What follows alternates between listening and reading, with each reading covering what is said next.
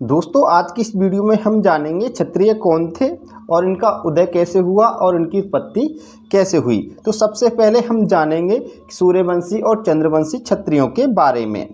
पुराणों के अनुसार सूर्यपुत्र वैवस्वत मनु मानव जाति के आदि राजा थे और इनके 10 पुत्र थे, जिनके नाम हैं एल यानी सुधुम्न, इक्ष्वाकु, प्रांशु, सरियाती, दृष्ट, क्रूस, नरीश्यंत, प्रसदर, नाभाग और नाभानेष्टि।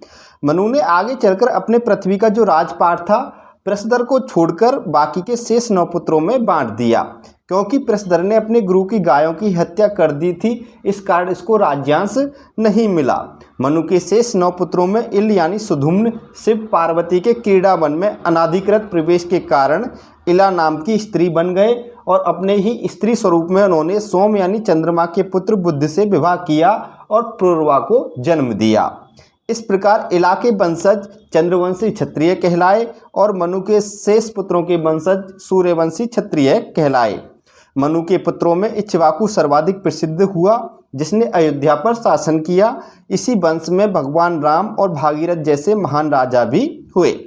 जयपुर का कछवाहा राजवंश अपने आप को रामचंद्र की 32वीं पीढ़ी के शासक बताते हैं। चंद्रवंशी क्षत्रियों में पुरुरवा के बाद नहुस ययाति ने शासन किया।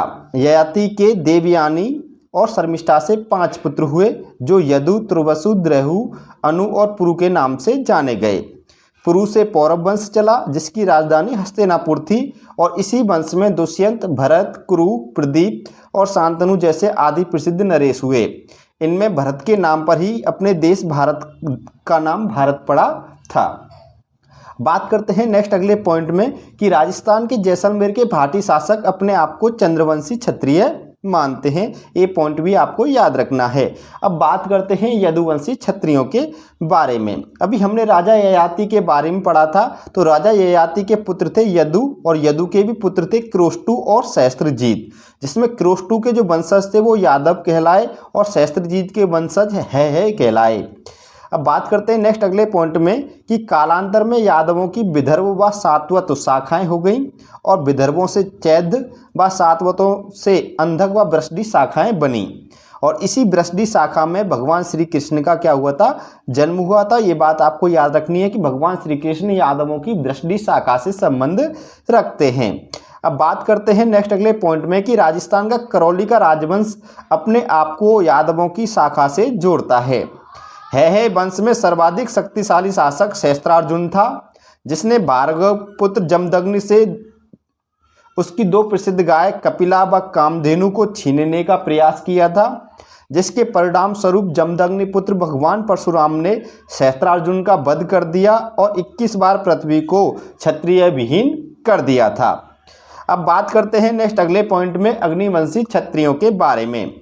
एक जनश्रुति के अनुसार जब परशुराम ने क्षत्रियों का विनाश कर दिया, तब समाज में अव्यवस्था फैल गई और लोग कर्तव्य भ्रष्ट हो गए।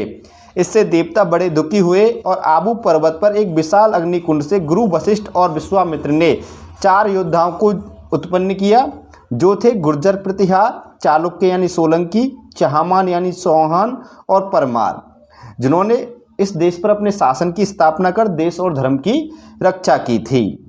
बात करते हैं नेक्स्ट अगले पॉइंट में कि अग्निकुंड से राजपूतों की उत्पत्ति का जो मत था वो चंद्रवरदाई ने अपने ग्रंथ पृथ्वीराज रासो में किया था, और पृथ्वीराज रासो ग्रंथ में 36 राजपूत कुलों का क्या मिलता है, उल्लेख मिलता है। इस प्रकार दोस्तों आज की ये जानकारी आपको कैसी लगी, हमें कमेंट में लाइक करें, कमेंट करें और कमेंट में अपने विचार भी व्यक्त करें। फिर मिलेंगे नेक्स्ट अगली वीडियो में, तब तक के लिए अलविदा।